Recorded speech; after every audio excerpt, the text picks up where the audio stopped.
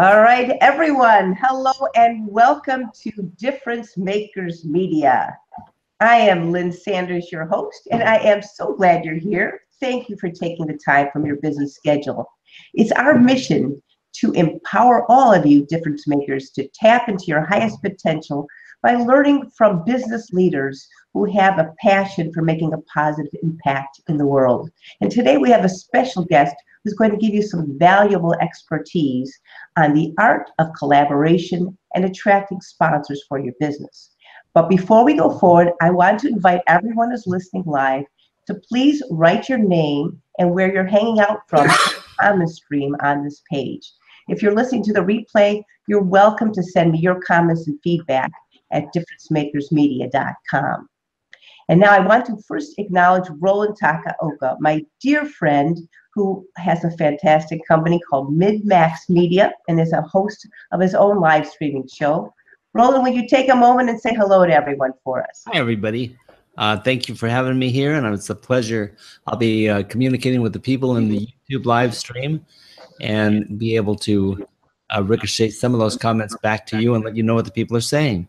And I'll keep track of the audience for you. Great being here. Thank you for having me, Charmaine. Thank you.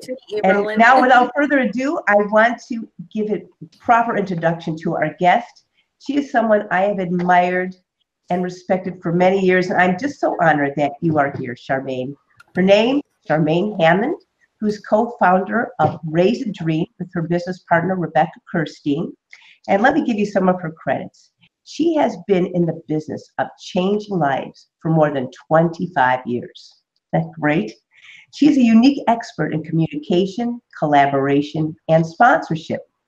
Not only is Charmaine a best-selling author of 5 books and featured in 6 more, and an international speaker, but she's tremendously successful in attracting sponsors to fund all her projects. I have to share this with you. Her sponsors have helped her on everything, covering expenses from printing, travel, hotels, media, to even pet food and doggy poop bags. It's amazing. And her recent speaking tour, Million Acts of Kindness, involved a 14,000 kilometer tour across North America in a 32-foot sponsored motorhome with hotels sponsored for her team and more than 40 businesses and retail chains involved, raising funds to support the movement, A Million Acts of Kindness. She's developed relationships with more than 60 business partners, and best of all, she's here to share her wisdom with you so you can ask your own questions and get answers back. So without further ado, Charmaine Hammond, welcome. Thank you, Lynn. Thank you. And Roland, so great to have you there managing all the technical stuff. Yes. You know, Charmaine, I always start on every program asking a guest to share a little bit of their journey. So I want to ask you, how did you evolve from being a corrections officer working in the jails and helping with conflict resolution to getting to where you are right now? That is such a good question. You know, sometimes I shake my head and say, how did I get there? But when I worked in the jail system, in all honesty, Lynn, it was not a collaborative environment. It was not supportive and collaborative. And I worked in that system for about 10 years. And I thought, I need to do something different. So I actually took a job working for a nonprofit organization, which was highly collaborative. Directors were collaborative. We worked in partnership with many other organizations in the community. And it was kind of like I felt like I was home. This was the vibe that I wanted to work in. And then if we fast forward, I went and took a job at government where I actually sat on the other side of the sponsorship table, because when I ran a nonprofit, and for those of you listening who run organizations, you know and agree that a lot of what you do is bringing revenue, donations, funding, grants into the organization. And so that's what I was doing. And then I had the pleasure of working for a government department that my job was the other side of the table. I had a purse of $2.5 million that allowed me to give that money a way to organizations, just like some of you listening today, through grants and through sponsorship. And it was a really, really powerful learning because, again, it was collaboration from another perspective. Then I opened my business, got a master's degree in conflict analysis and management, and opened my business 21 years ago. Opportunity to pull everything I've learned over those 21 years into helping clients and the organizations that we support. Wow. Wow, what a journey. You know, you make it sound very easy, but I'm sure it was not so easy going through all of the challenges of putting everything together. You know, people listening might want to know, before we go into the art of attracting collaborators and sponsors, what is your mission in your company, Raise a Dream? Well, Rebecca and I at Raise a Dream are on a big mission. When we started our organization, well, our business, Raise a Dream, we decided that we wanted to be a part of helping 1 million dreams get launched. Wow. And we meet entrepreneurs, organization leaders, volunteers in the community, service clubs every day that have a big mission. They have a big dream that they want to get launched. And sometimes they don't know how to do that, or where to get the support and how to bring the right people onto the team. So that's our mission, helping 1 million dreams get raised. Wow. So I would think everyone listening to this program who has a dream should get in touch with you. Would you agree? Yes, because, you know, I and Rebecca shares this viewpoint as well. I really believe that the world becomes a better place when people get their mission, their project out into the world, because with collaboration, we can serve way more people. And Rebecca and I have this really cool, I think it's a cool saying, you may disagree, but we always say it takes a team to raise a dream. And raising dreams is not a solo act. So what happens is when you bring other people into your dream, just like for you, Lynn, with the project you're working on through Difference Makers. I mean, that's a great example of many dreams getting launched through what you do. And it takes people. You and Roland are a great example. You with your show. Right, right. The dream. Well, I definitely want to talk to you afterwards. And I think everyone here could benefit, because if you're listening to this show, I believe in energy, and I'm sure you do as well, Charmaine. But if you're listening, you're here for a reason. And that reason is because we're connecting at a deeper level beyond just the physical. So we all can benefit by helping each other. So let's move on to the topic of the art of collaboration. You know, I don't think enough people really study this topic. How do you collaborate effectively? Let's start with that first, Charmaine. What would you recommend? That's a juicy question. And I would agree with you, Lynn. A lot of people don't know how to collaborate and partner effect. And what happens is relationships get damaged. I see it all the time where two people who are good friends, they want to do together, and they work really hard at getting the project launched. But what happens is something might go sideways, and then trust gets eroded and the relationship gets damaged. And I've seen a lot of people, their relationship actually ends. So a couple of things to think about when you're collaborating is if it's with someone that you have a pre-existing relationship with, a family member, a neighbor, someone that you know, set up some advance, you know, create a collaboration agreement, even if it's just a loosely written agreement about how you're going to work together, how decisions are going to get made, how problems will get handled. Because if you have an agreement and you both are all agree in advance, if things do go sideways, you've got that to rely on, so that and to focus on that as a business. That's the challenge. We have the friendship relationship here, and then the business project. And sometimes it creates friction between the both. That is excellent idea. Can you give us an example of a mistake that people may make?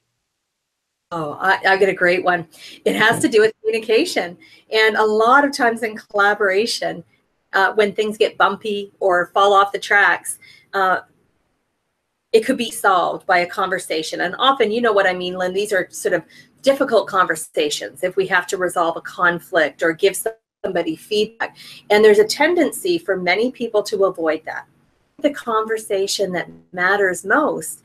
And I strongly encourage people, if you're in a collaboration, in some kind of a partnering relationship, if things get weird, address it right away, because there's a great quote. It's not my own. It's by Judge Esty, who says, conflict is not like wine. It doesn't get better with age. That's a great one. And I share that quote all the time. So if you can just deal with the conflicts and issues as they arise, your collaboration will be much smoother, and the results that you want to achieve, the dream you want to raise, has a much better chance of being successful. That's great. I love it. Now let's talk about the difference between getting sponsors and investors. You and I had this talk earlier, if you remember, because I was wondering, should I get investors or do I need sponsors? So before we talk about the art, let's tell us what is the difference and what does that mean to you?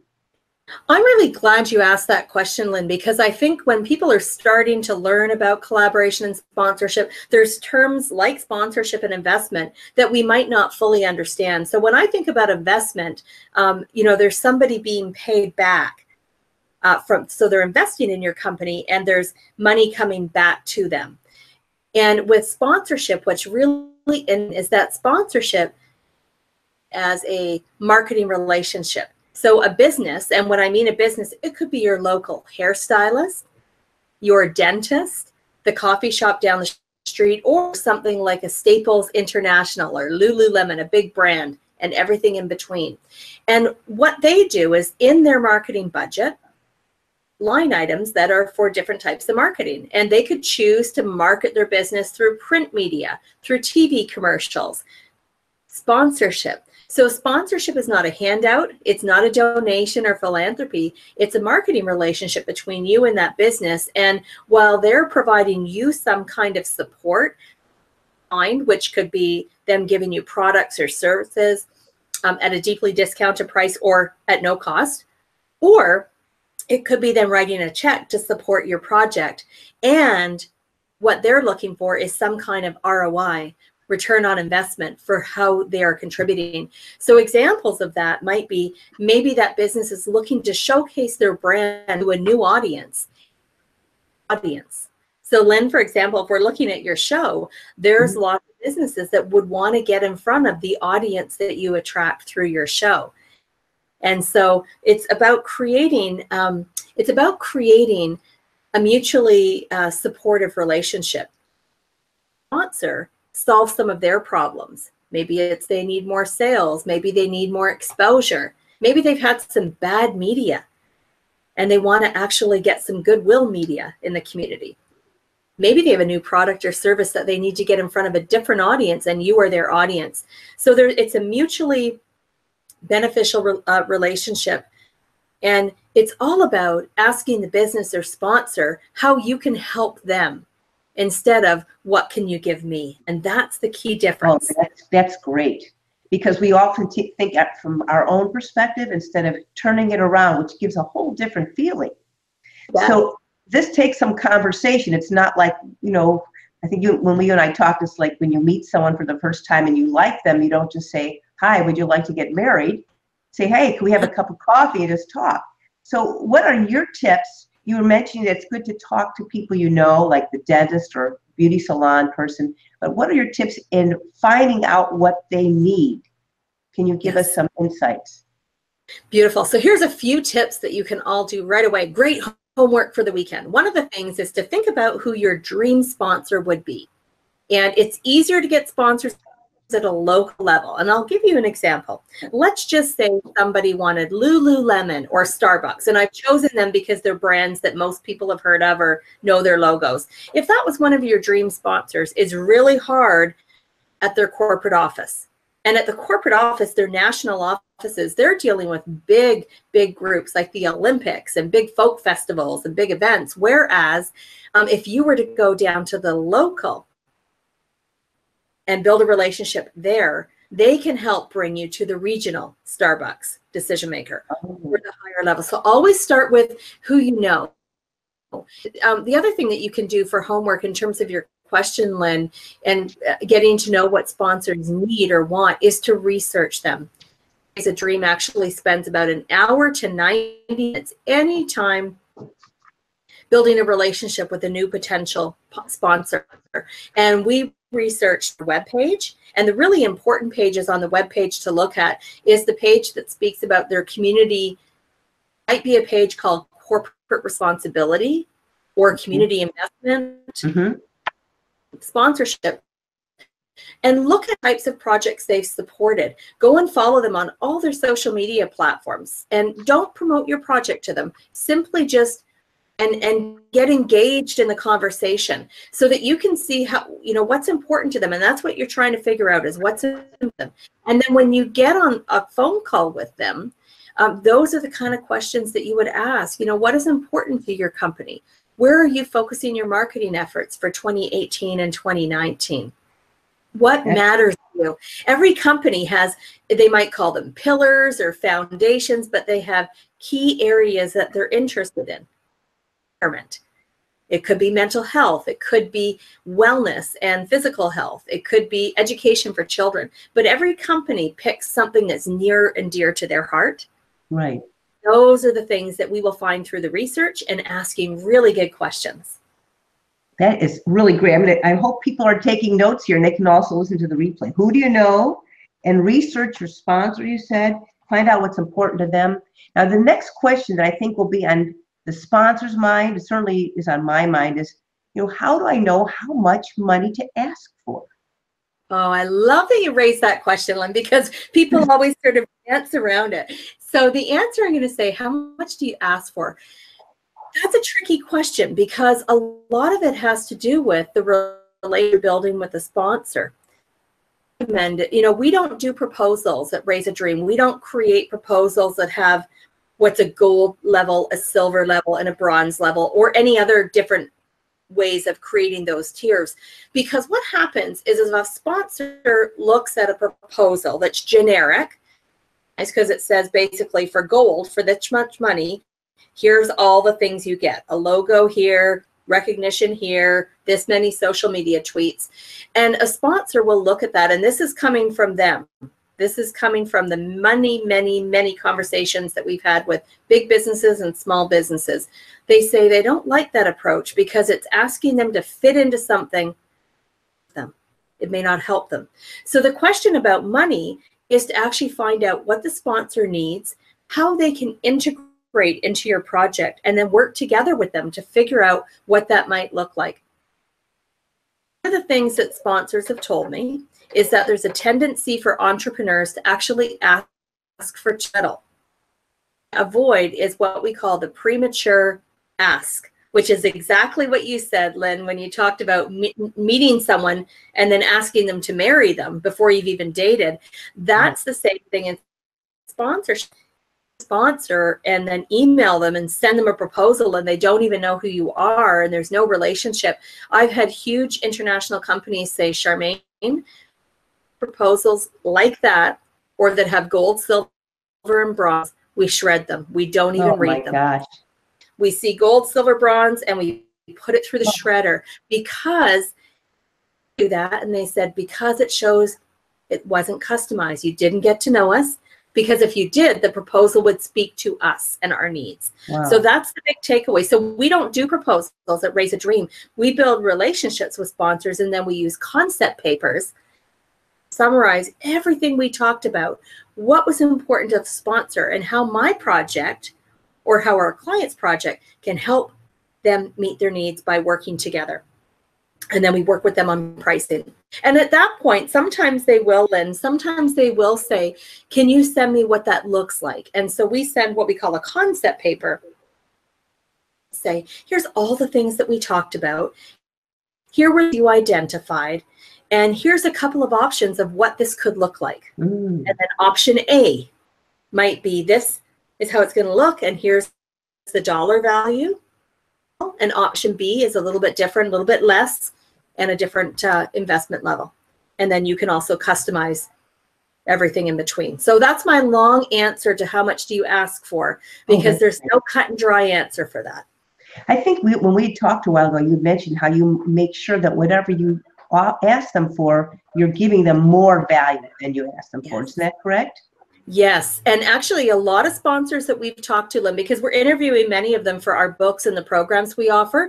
So I've had a number of sponsors say when they provide, let's just pick $10,000 because it's an easy number for me to get in my head. So let's say a sponsor gave a company, a small charity, a nonprofit, $10,000. We deal with are saying they want to see double or triple that amount back in return on investment. So if they're giving you $10,000, they're hoping to get $20,000 or $30,000 investment back. So what does that mean? Because remember, SIP is not a loan. You're not giving them money back. What you are doing is giving them value. So that might be extensive social media and media opportunities where you and the sponsor may be appearing on media together. Maybe you've created a video series to support them. Maybe you're allowing them to hand out their products at your events. Or a podcast, there might be a 30-second commercial that plays on the podcast, or a screen at the end that says, you know, this podcast was brought to you by such and such a business. Maybe the ROI for them, like our poop bag sponsors. And if you're wondering why I have a poop bag sponsor, 3 of my book about my dog, so I had to provide some context. Right. He was the star of our Million Acts of Kindness tour. So the poop bag sponsor was actually looking for what they call sampling. He wanted people to actually have the poop bags in their hand, be able to sort of touch them, notice that they don't have icky smell, they don't smell like latex gloves, to see how durable they are. Most important to him, he was not strong. He said, you know, Charmaine, it doesn't matter to me really. We love having our logo promoted, but he said, for me, there isn't a lot of dollar value in that, because people don't see a logo of a poop bag and run to the pet supply store and buy that bag and remember which logo. They buy what's cheapest or what they know. So sampling might be another way that you're giving them that return on investment. Right. So all that has to be outlined in the concept papers and thought through very thoroughly, I could tell. Yes. Yes. You know, this time is just flying by, and I knew it would be, because you have so much wisdom. So believe it or not, Charmaine, I was just glancing at the clock. We have like 5 minutes, you know, to go. I know, I saw that. So we're going to try to condense things. We can't talk fast enough to get Charmaine's 25 plus years of wisdom into 30 minutes. But I want you all to know that Charmaine has a gift for you, and I want you to explain what your gift is for everyone who's been listening through the broadcast. Go ahead, Charmaine. Oh, absolutely. So everyone should pop on over to the website, raiseadream.com. And I see Lynn has got that in the chat box as well, raiseadream.com. And on there, right at the top of the page, there is a box for you to click on to access a free ebook. And the ebook actually goes through the 7 steps of how to basically and build them. You got cut out. Could you say that Sorry. Again? The 7 steps? 7 steps to getting sponsors, and some really important tips of what to do and mistakes to avoid. So that's an ebook. And, you know, if you follow us on Facebook, Raise a Dream on Facebook, you will see all kinds of tips shared there. And you'll also see some of the learnings that our students are having in terms of sponsorship. We just had one that her very first time approaching a sponsor received a very significant amount of cash sponsorship. And, you know, we encourage them to share their stories because people will learn they went through. Great. Roland is sharing the screen, so it's raiseadream.com. You can all opt in. 7 ways. White box me and we'll show to the world. Yep, there we go. White box, Roland. Cool. And I want, you know, Charmaine also has a book out that I think all of you will want to take a look at. And I love this title. So I want to have you say something about GPS, Your Best Life. I just love that. Tell us about it. We had so much fun writing that. GPS, Your Best Life, I co-authored with a friend of mine, Deborah Kozowski, and it's really about helping people chart their course from where they are now to where they want to be. It's a personal development book, and it will really help you in sponsorship because it goes through some of the things we talked about today. Building relationships, managing conflict and tough conversations, and learning to ask really, really good questions. Well, that's great. Would you like to share one of your sponsorship stories with us before we go that was important to you? Here's the story. We needed a motorhome to go on our Million Acts of Kindness tour. I had no idea how to get a motorhome sponsor. We went to a trade show, a motorhome trade show, and we met with all the different motorhome companies. And at the very end, the last one, this older gentleman came up and shook our hand and said, "Hi, I'm Captain Kirk." Oh my God. And Captain Kirk, but that's what his name is. A badge said it. And anyhow, he was interested in asking us all kinds of questions about why we needed an RV and what we needed that motorhome for. He didn't try and sell us anything. And I had the opportunity to share. We were just researching motorhomes for our Million Acts of Kindness tour. You need to talk to Todd and Amanda, because at Fraser Way RV, we are really trying to work on making people aware that RV travel, motorhome travel, is a great way for people to travel with their pets. And the next Monday, we were on the phone with them, and they became our key sponsor. Oh my. They brought on other sponsors. They brought on partners they deal with to be a part of our tour. And that's what sponsorship is all about, building these amazing relationships where everyone is helping everyone else through collaboration.